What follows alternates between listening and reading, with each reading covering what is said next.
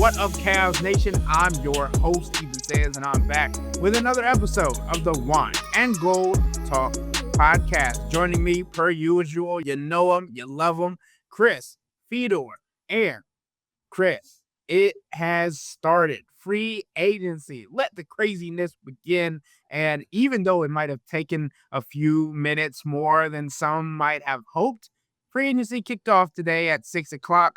And the Cavs were one of the first teams to lose a player officially. Ty Jerome signing a contract with the Memphis Grizzlies. We talked about it a little bit on our last podcast, how this was seeing as a near end for the tenure of Ty Jerome with the Cleveland Cavaliers after signing Lonzo Ball, after signing Sam Merrill, after signing Tyrese Proctor. Chris, what did you make of this decision? And to me, the contract itself in the comparison to Sam Merrill is what stands out the most and what was surprising. We had him around 12 to 14. He got around $9.3 million a year. What do you think about that? Look, I mean, I just think, Ethan, so many people want a straightforward answer on these things, but I think they're complicated decisions. And I think the reality of the situation that the Cavs are in with their salary cap, and with the new CBA and all the penalties and the restrictions that come with being a second apron team, it is complicated. And it does require an organization to make difficult decisions. And I think coming into this offseason, the Cavs knew that they weren't going to be able to keep Isaac Okoro, Ty Jerome, and Sam Merrill. They traded away Isaac Okoro, they re-signed Sam Merrill, and they didn't re-sign Ty Jerome. If they would have brought back all three of those guys, they would have been looking at a future deep into the luxury tax, way above the second apron, and they probably would have been setting records for how much they were spending on this roster. And it's just, you can't do that. You can't keep everybody together. Not in this era. Ask the Denver Nuggets about it. Ask the Boston Celtics about it.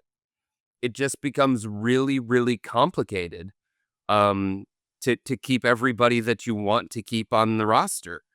And for the Cavs, when you're talking about Ty, he's going to be missed. There's no doubt about it. The things that he brings to the table, the basketball IQ, the swagger that he plays with, the shot creation, the shot making, the playmaking, his ability to effectively run pick and roll, his leadership, his winning traits, all of that stuff the Cavs are going to miss.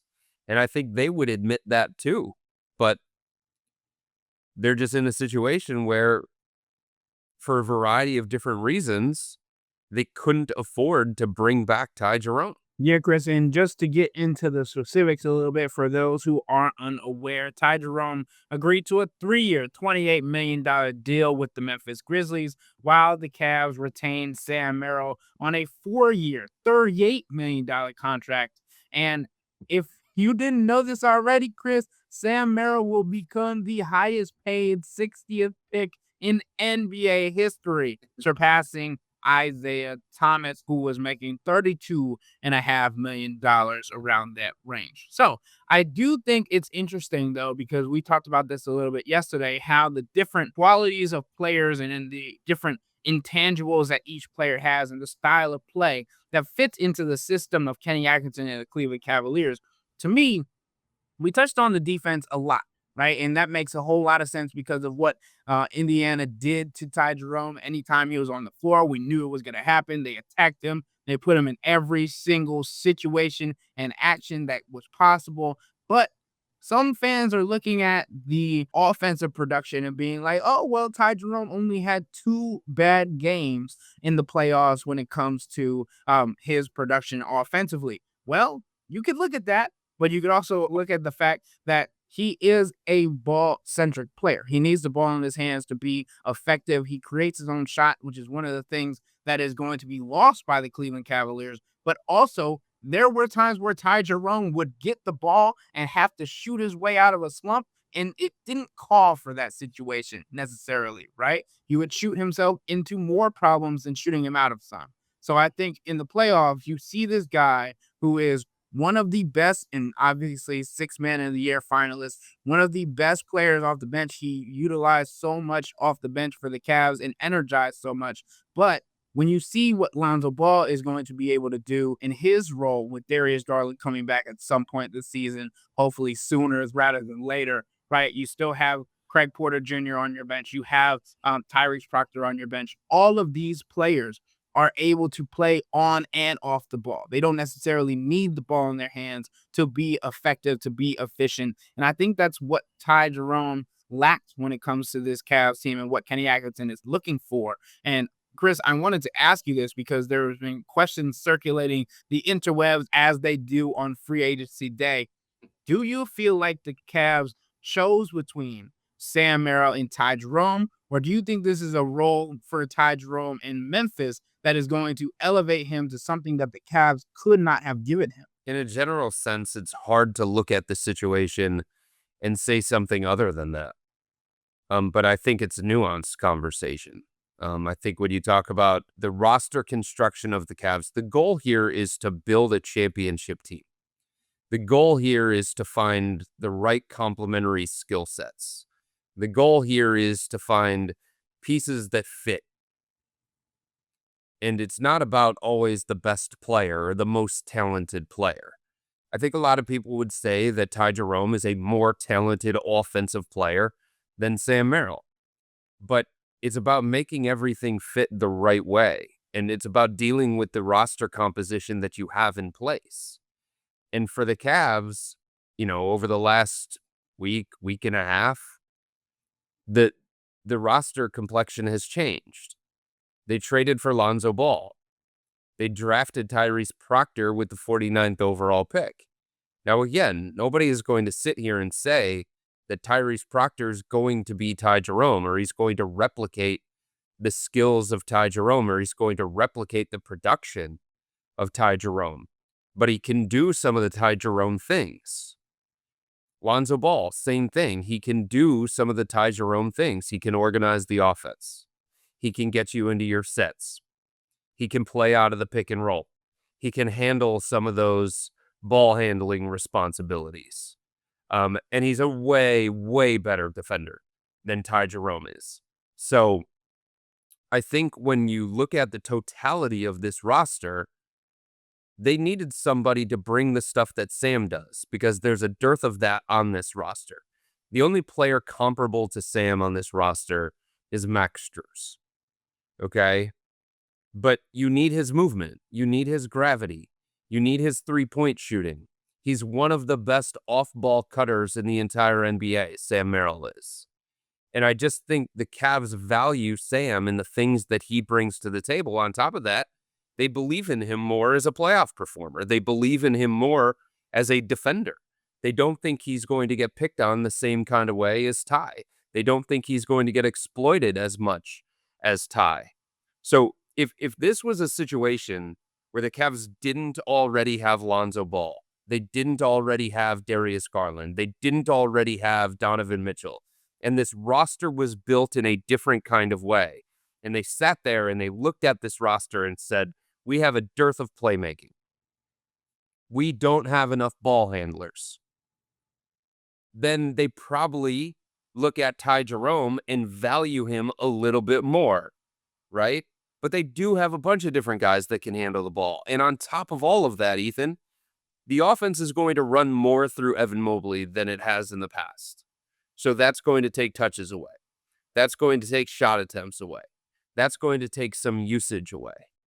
And I just think they feel like even though they're going to miss Ty, and even though they're going to feel that loss, I don't think they felt like they were going to feel it the same kind of way as if they would have let Sam walk out the door.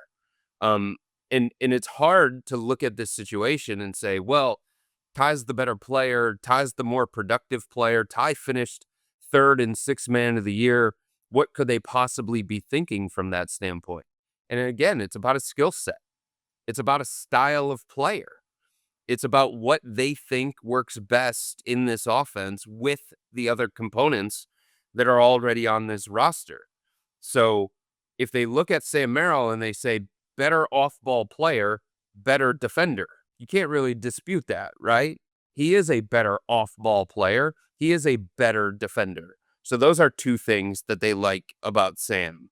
And I think the other thing that you come down to here, Ethan, is that one of the things that you have to be cognizant of when trying to build a championship team in today's era with these bloated contracts and these huge numbers that you have at the top of your roster with Donovan Mitchell, Darius Garland, Evan Mobley, Jared Allen. You have to be really cognizant about how you're going to spend throughout the remainder of the roster. And you have to feel like you have um, enough of your bases covered.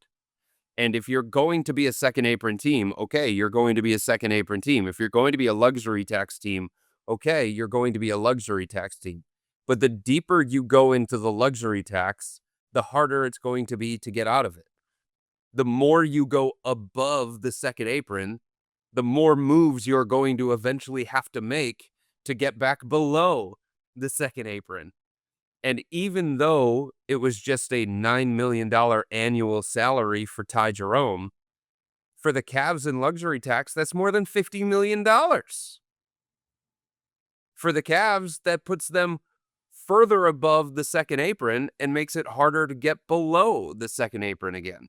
So again, I think everybody is looking for this easy answer, and they're looking for a straightforward response of, this is the one reason why the Cavs, quote unquote, picked Sam Merrill over Ty Jerome. And there's not just like one reason why they, quote unquote, picked Sam Merrill over Ty Jerome. It's a nuanced conversation. There were a lot of factors that played into it, and they might end up being wrong. It's entirely possible that Ty Jerome makes them pay for this decision. It's entirely possible that this one blows up in their face and they made the wrong choice, that they shouldn't have given Sam Merrill 4 years, $38 million. It's entirely possible that he doesn't live up to that contract. He doesn't play to that kind of contract.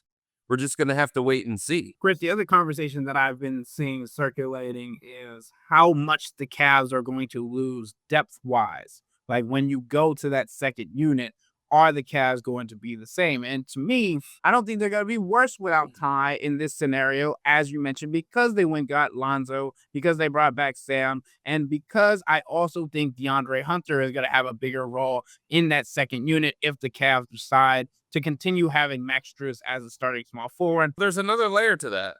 I think people are forgetting something. At the trade deadline, Ethan, they traded for a guy who was in the running for sixth man of the year, DeAndre Hunter. If DeAndre Hunter continues to come off the bench, and this is a decision that Kenny Atkinson's going to have to make, but if DeAndre Hunter is going to have to come off the bench, or he's going to continue to come off the bench, he's probably going to be in the sixth man of the year running, just like he was for Atlanta. He was having a career year with the Atlanta Hawks, primarily playing off the bench. Why? Because he had more freedom, because he had more touches, because he had more shot attempts, because he wasn't playing alongside a ball-dominant player like Trae Young. And if you take DeAndre and you say, DeAndre, you be the anchor of the second unit. DeAndre, you be the stabilizing force of the second unit. That one is a role that he has done at a high level before, and two, it's a role that it seems like he's very comfortable in. When we talk about DeAndre Hunter, and as I was getting into, like, his role is likely going to increase, and you mentioned playing next to a ball dominant guard. I don't think it's hard to say or harsh to say that Ty Jerome was a more ball dominant point guard than he was a pass first point guard. It felt like he had a lot of isocentric actions for himself. He was able to create his shot. That was one of the best parts of his game. But if you have a second unit run by Ty Jerome and DeAndre Hunter, you're back in the situation where it feels like DeAndre Hunter is playing next to Trae Young and a ball dominant guard, right? So instead, you now have a situation where you're coming in with a non-ball dominant point guard in Lonzo Ball, who can handle the ball, facilitate, and get actions going. But you also have Sam Merrill spacing the floor and also coming off screens and all these things. The other thing when it comes to the Ty Jerome and DeAndre Hunter dynamic, as great as it was in theory, as great as the chemistry was because of what they accomplished in college, The reality is, at times, the offense got stagnant with both of them on the floor because in Kenny Atkinson's system, it requires not just ball movement, but body movement.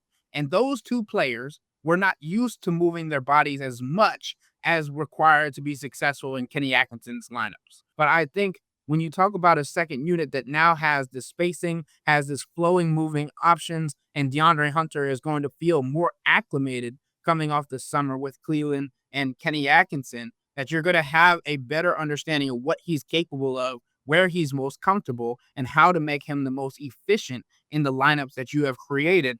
And again, to just hammer down on this point, without Ty Jerome, you now don't have anybody that feels like they need the ball in their hands to be successful.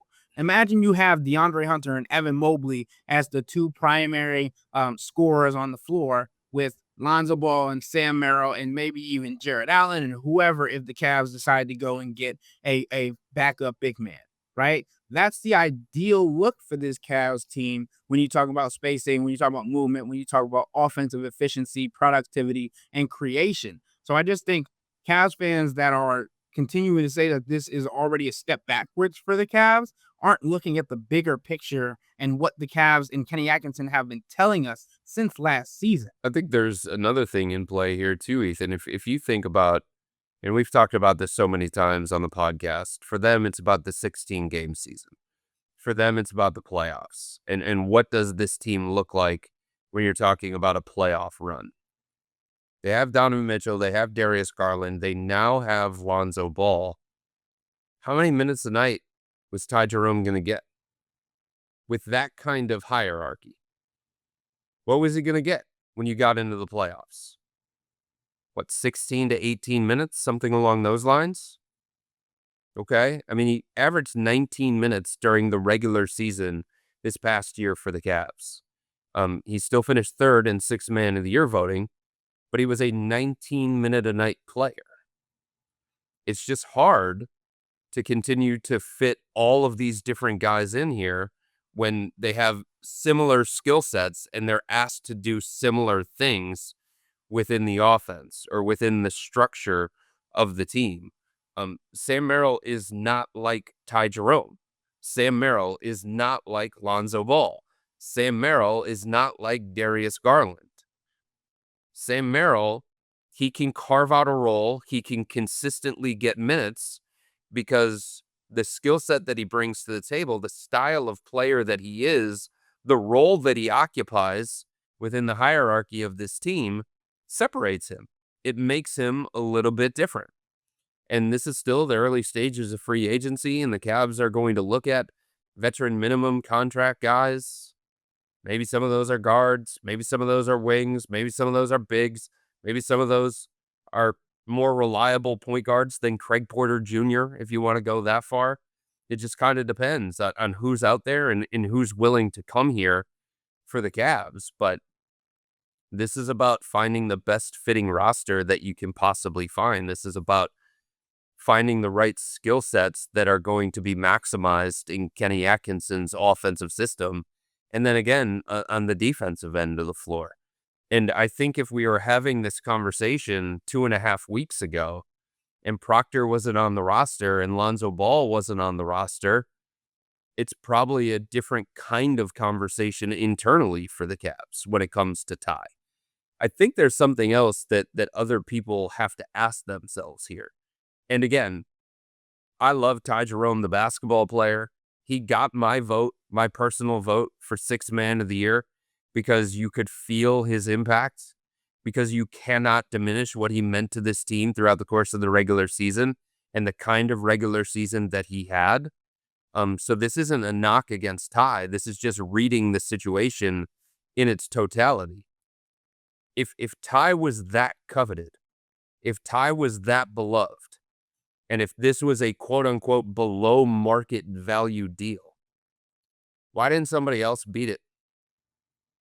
You know how many teams around the NBA had the full mid-level exception? 24 of them. 24. Do you know how many teams in the NBA offered Ty Jerome the full mid-level exception? 0. So if he was that coveted, why didn't somebody beat Memphis's offer of 3 years, 28 million? Yep, it's an interesting question, right, Chris? Because as we talked about it throughout the summer, we were projecting him at 12 to $14 million, right? And not to throw any shade, but we're going to get into some teams that have made moves around the Eastern Conference. And good buddy, Karis LeVert went ahead and made more money than Ty Jerome did this offseason.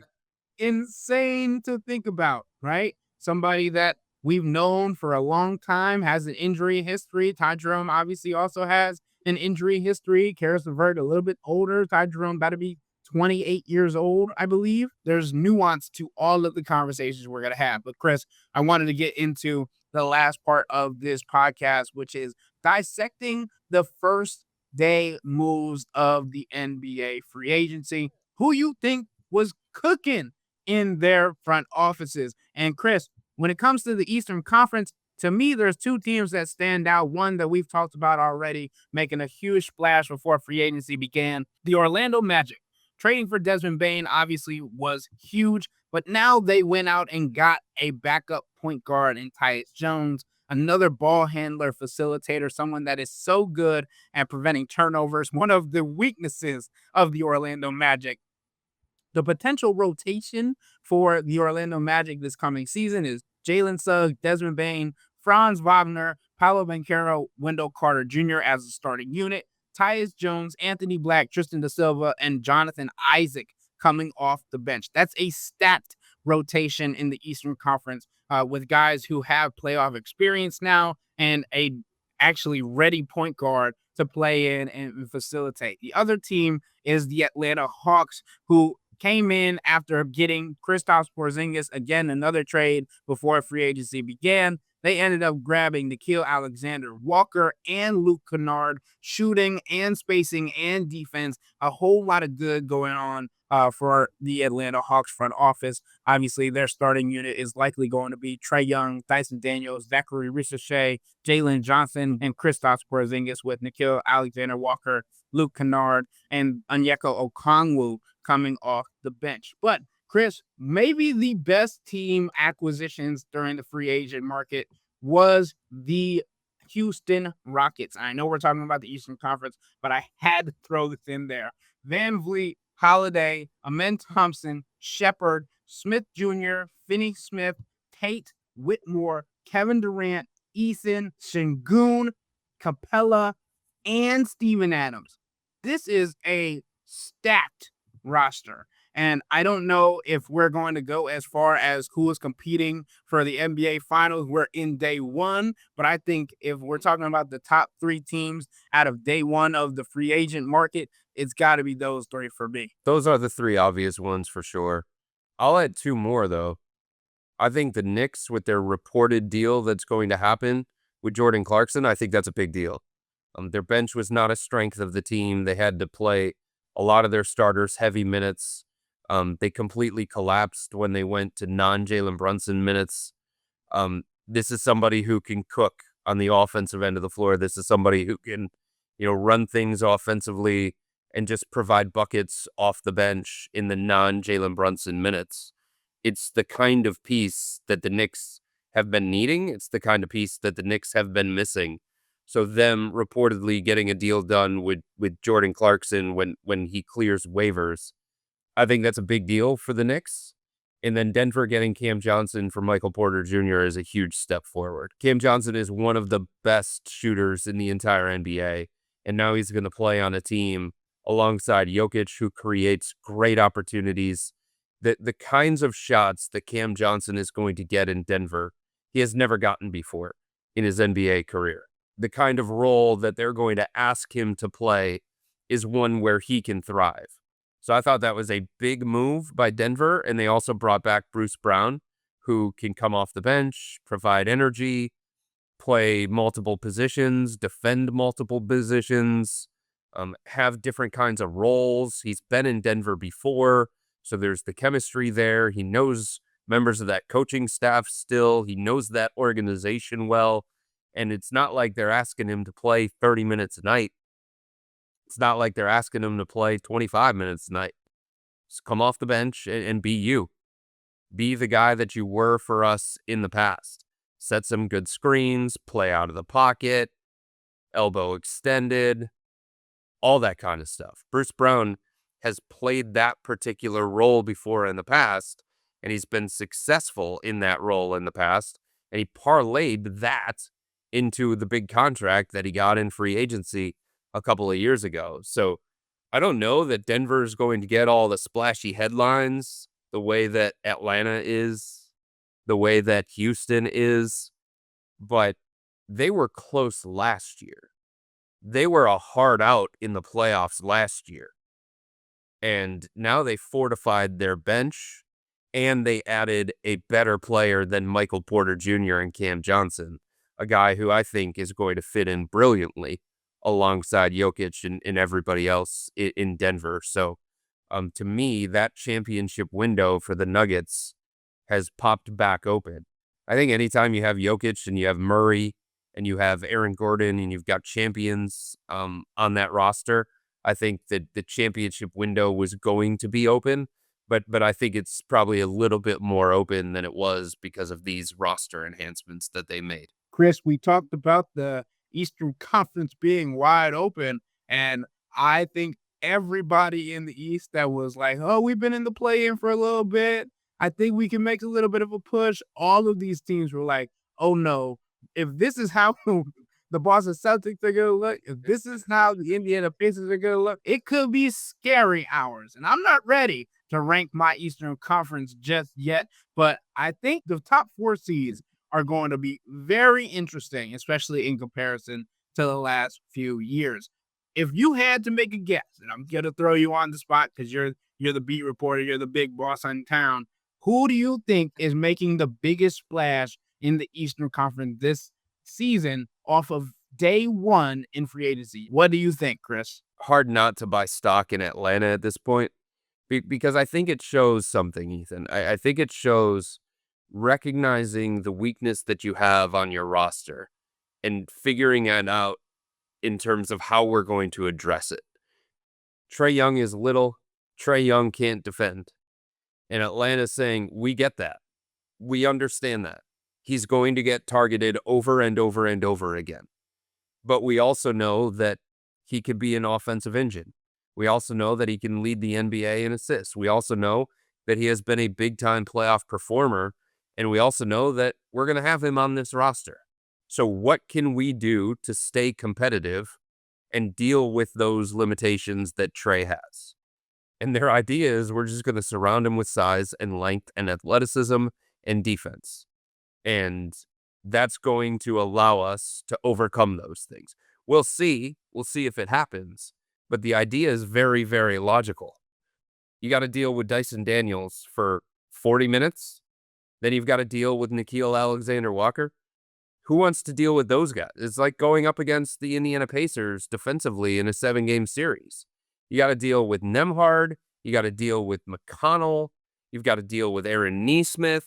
You got to deal with Matherin. You got to deal with Shepard. And you're like, to hell with this. This sucks. And I think it's going to be the same thing when you play against the Hawks. I mean, there are lots of teams around the NBA that have a targeted player, that have a defensive weak point. Atlanta's the same way. They have one. It's Trae Young. But if they're going to be successful with Trae on that team, this is the way to do it. Surround them with dogs on the defensive end of the floor. Surround him with length and athleticism and feistiness. And that's what they've done. And I'm really, really interested to see what it all looks like, especially with Quinn Snyder as the head coach. And I have a lot of respect for Quinn as a head coach. I think this is a team that sees an opening in the Eastern Conference and says, you know what? Don't know what's happening with Milwaukee. Boston's out of the picture in the same way that they were in the picture before. There's an opportunity here. Let's capitalize on it. And I think they have. And on top of that, I think Orlando is going to be really, really difficult to deal with. Tyus Jones is such a great fit there. There's been 1 year, I think, in the last 5 or 6 that he hasn't led the NBA in assist to turnover ratio. And it was this past year. It was Tyrese Halliburton who did. But Tyus Jones has either been first or tied for second in assist to turnover ratio. Willing to take and make big shots, doesn't make mistakes, can run an offense, has that little float game too. Man, I think that's a really good pickup for Orlando.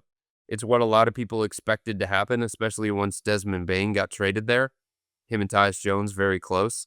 But Tyus Jones to Orlando has been something that people around the NBA have been talking about for maybe the last 3 years. And it hasn't happened until now.